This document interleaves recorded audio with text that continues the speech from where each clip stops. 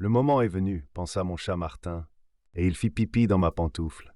Non, je ne voulais pas commencer une grande histoire sur le temps de cette manière, mais par une citation brillante d'une personnalité célèbre. Mais la réalité impose ses corrections. Alors pendant que mes pantoufles sèchent, commençons. Saviez-vous que vos pieds sont plus jeunes que votre tête?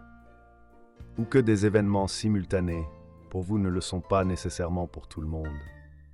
Sinon, vous devriez regarder cette vidéo, spécialement créée pour ceux qui pensent que le temps est quelque chose d'ordinaire et de banal, et qu'il s'écoule toujours de la même manière et dans une seule direction. Cette vidéo changera votre vision du temps. Ces mystères sont si grandioses et étonnants qu'il est difficile d'y croire. Cependant, c'est dans un univers aussi étrange que nous vivons. Alors, dans la compréhension de la plupart des gens, le temps est divisé en passé, présent et futur. Le passé est ce qui s'est déjà produit. C'est un ensemble d'événements, de souvenirs et d'expériences. Nous pouvons explorer le passé à travers le prisme de l'histoire, l'analyser à l'aide de la science, le garder en mémoire et raconter des événements. Le passé nous donne du contexte et façonne notre existence, influençant nos décisions et nos choix. L'avenir est ce qui n'est pas encore arrivé. Il est plein de possibilités et d'incertitudes. Nous planifions nos actions, rêvons de réussite et établissons des priorités. L'avenir est une source d'espoir et de peur, car nous ne savons pas ce qu'il nous réserve. Mais toutes nos décisions, nos plans et nos rêves se réalisent dans le présent, n'est-ce pas? C'est ici que surgit la première question. Qu'est-ce que le présent en réalité? Théoriquement, le présent nous semble être la partie la plus réelle du temps. C'est ce qui se passe en ce moment même. Mais lorsque nous essayons de fixer le moment présent, il devient déjà passé. Le temps, tel une flèche, file en avant.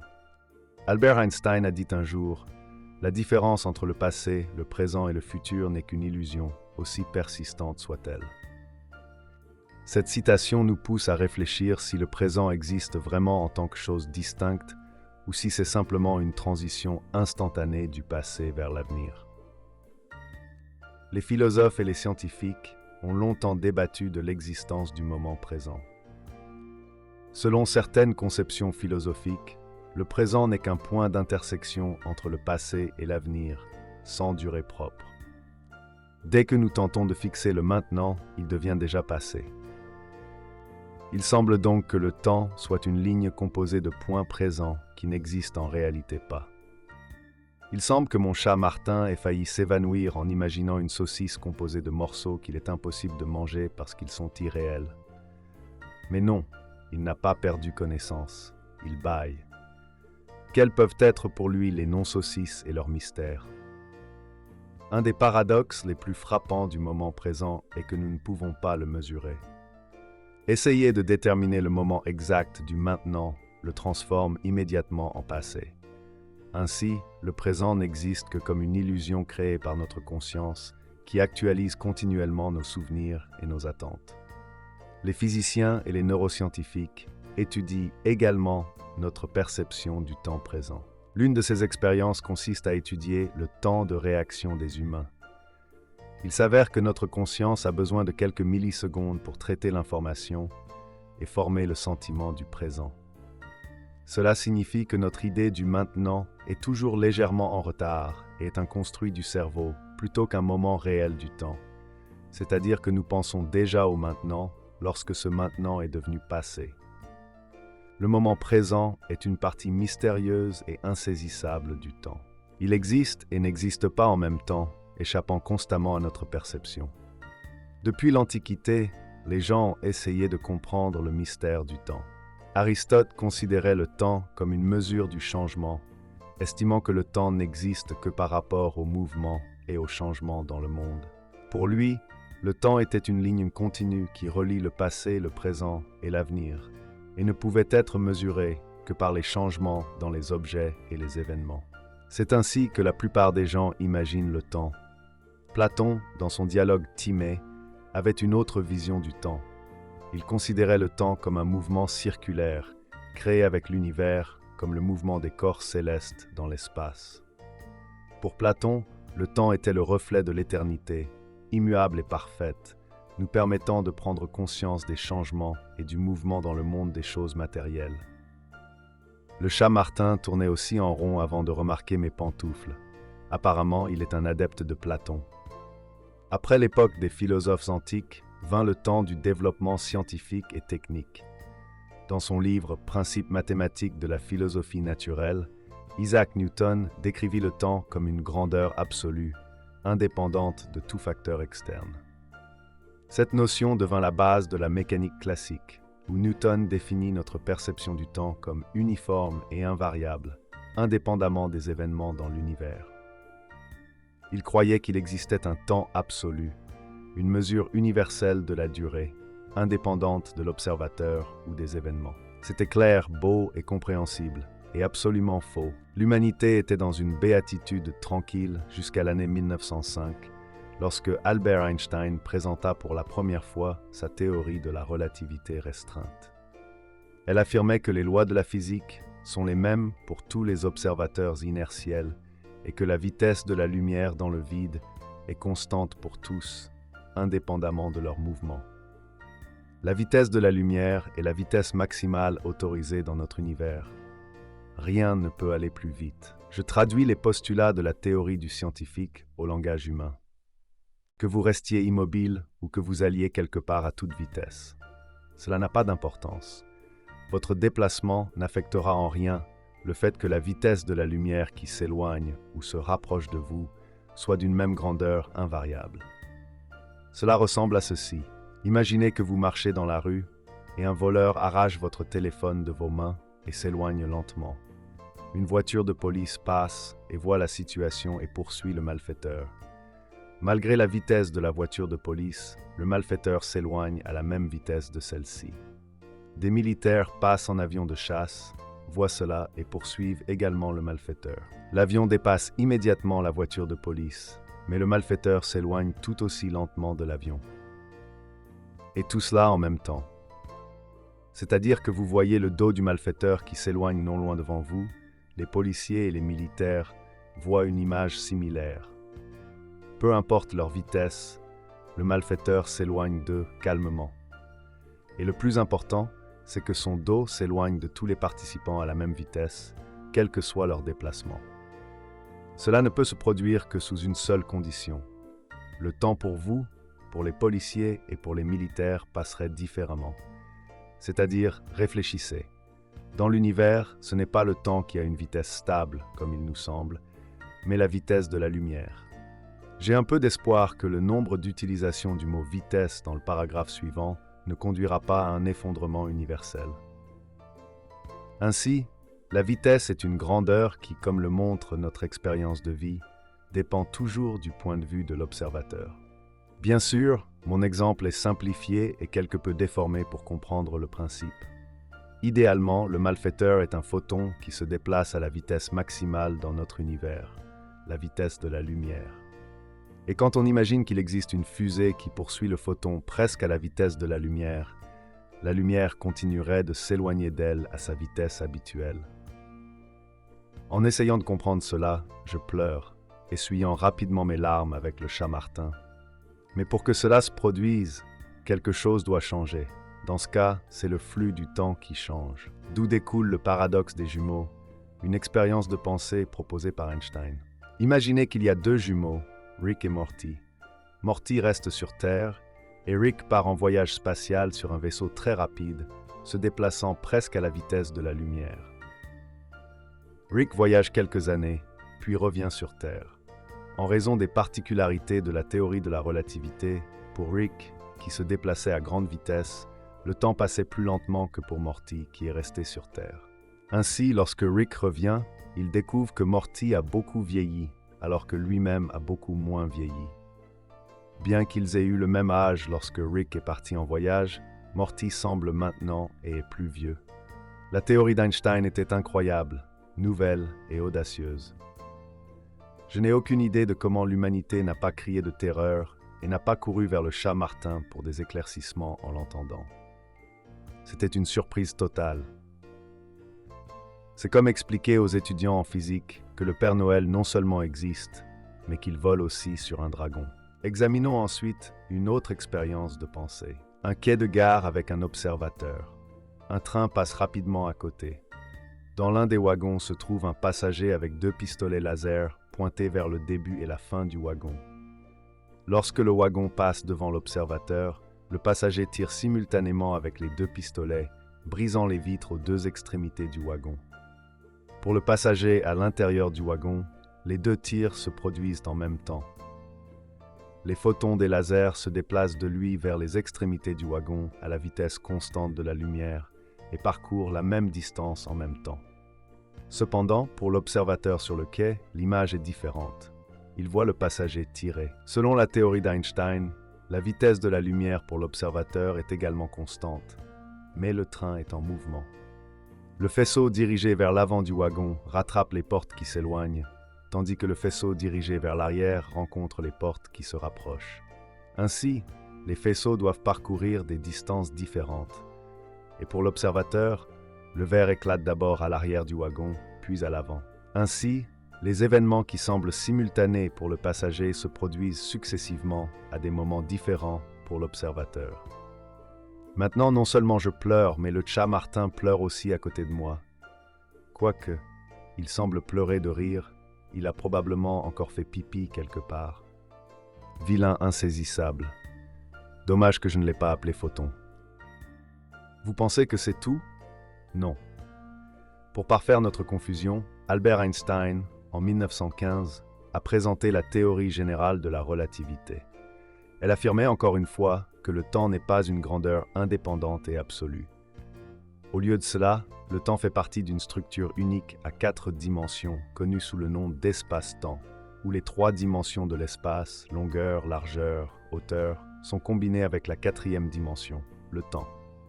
L'espace et le temps deviennent interdépendants, et les changements dans l'un affectent l'autre. De plus, les objets massifs courbent l'espace-temps autour d'eux, et cette géométrie courbée influence le mouvement des objets et le flux du temps. Plus le champ gravitationnel est fort, plus le temps passe lentement, ce que l'on appelle la dilatation gravitationnelle du temps. Qu'est-ce que cela signifie pour nous, les humains? Tout d'abord, vos pieds sont plus jeunes que votre tête, car ils restent plus longtemps près de l'objet massif, la Terre. Cette différence est extrêmement minime, mais le chat pratique Martin s'est rapproché de moi pour rester jeune et beau plus longtemps. Mais qu'en est-il des objets plus massifs? Imaginons 2 points, l'un à la surface de la Terre, l'autre près de son centre. La quantité de masse autour de chacun d'eux est différente, donc le temps passera différemment pour eux. Les scientifiques ont calculé que le noyau de la Terre est plus jeune que sa croûte de 2 ans et demi. Vous imaginez, nous sommes assis ici à discuter du fait que la Terre est apparue il y a 4 milliards et demi d'années, mais pas entièrement d'un coup, d'abord sa croûte. Puis, le blanc et le jaune, pour ainsi dire, se sont formés pendant encore 2 milliards et demi d'années. N'importe quoi. Selon la théorie d'Einstein, aucun objet matériel ne peut atteindre la vitesse de la lumière, car en s'en approchant, le temps ralentirait de plus en plus pour l'objet en mouvement, et le besoin d'énergie pour accélérer augmenterait à l'infini. Mais qu'en est-il des photons? Un photon est une particule élémentaire qui est le quantum du rayonnement électromagnétique, c'est-à-dire de la lumière. Un quantum est la plus petite particule indivisible possible, une brique qui compose la lumière. Un photon n'a pas de masse au repos, mais il a de l'énergie et de l'impulsion. Du point de vue de la théorie de la relativité d'Einstein, pour un photon qui se déplace à la vitesse de la lumière, le temps n'existe pas. Pour le photon, le trajet de n'importe quel point A à n'importe quel point B se fait instantanément. Mais le photon a une impulsion et une énergie, ce qui lui permet, en interagissant avec d'autres objets, de leur transmettre son énergie. C'est ainsi, par exemple, que nous pouvons voir le monde lorsque les photons frappent notre rétine. Cependant, comment une particule immatérielle pour laquelle le temps n'existe même pas peut-elle influencer le monde matériel? Je ne comprends pas. Je demanderai à Martin le chat quand il sera sec. Bien, et qu'en est-il des trous noirs? Les trous noirs sont parmi les objets les plus mystérieux et fascinants de notre univers. Ce sont d'énormes amas de masse. Leur champ gravitationnel est si puissant que même la lumière ne peut s'en échapper. Mais comment les trous noirs affectent-ils le temps? Examinons cette question de plus près.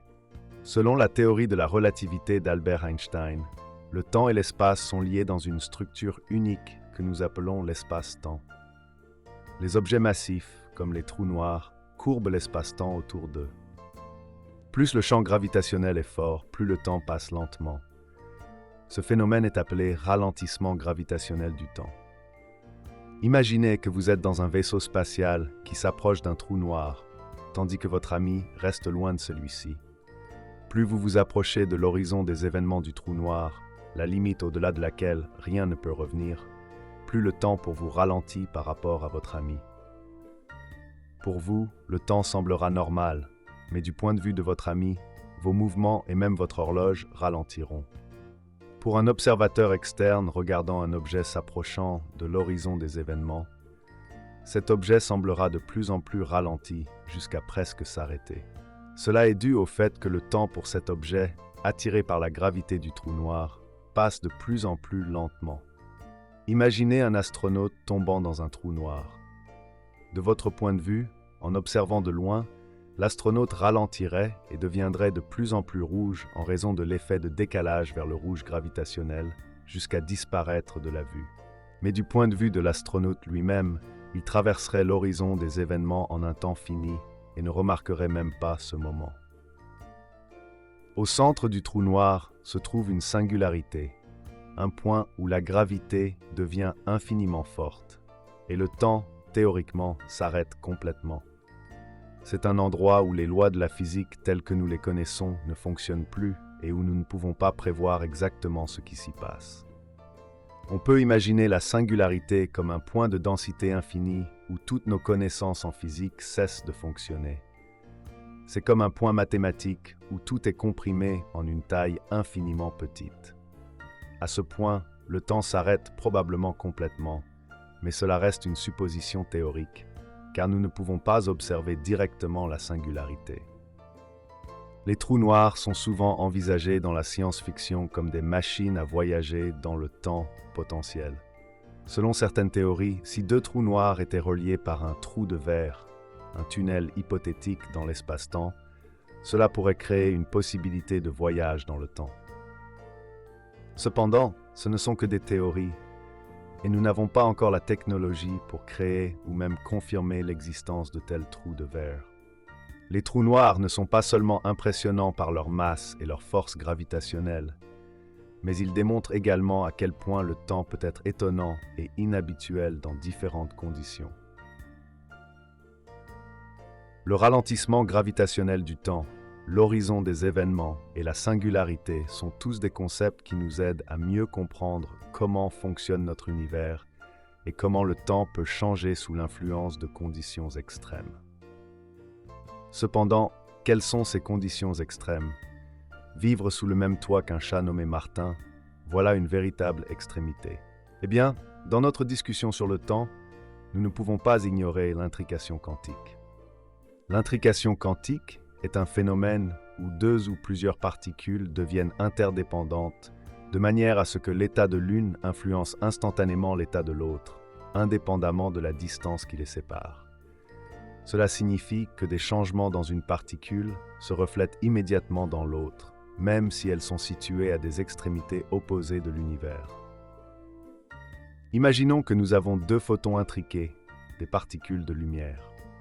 Si nous changeons l'état d'un photon, par exemple sa polarisation, l'état de l'autre photon changera simultanément, quelle que soit la distance qui les sépare. Albert Einstein appelait ce phénomène « action effrayante à distance », car il défie notre compréhension de l'espace et du temps. Imaginez cela. Même Einstein en était effrayé. Intéressant de savoir comment s'appelait son chat, avec lequel il devait essuyer ses larmes. Ce phénomène complique encore plus notre compréhension du temps et de l'espace, car l'intrication quantique montre que l'information peut être transmise instantanément, sans tenir compte des limitations habituelles de la vitesse de la lumière. Ainsi, la physique quantique défie les notions traditionnelles de l'espace et du temps et nous oblige à reconsidérer beaucoup de ce que nous pensions immuable et compréhensible.